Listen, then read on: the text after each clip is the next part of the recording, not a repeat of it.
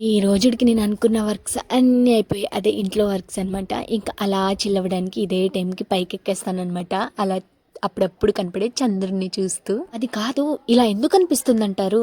ఏంటంటే వినండి చెప్తాను.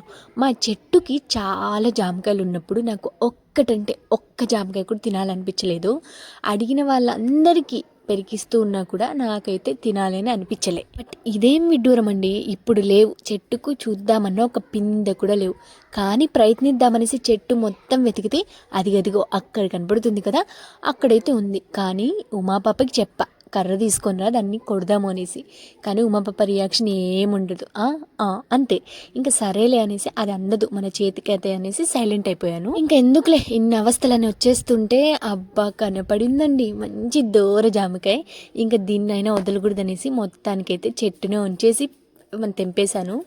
ఇది చాలా టేస్ట్గా ఉంది. అయిపోయే ముందర వచ్చిన కాయ కాబట్టి. ఇంకా ప్లీజ్ లైక్ కామెంట్.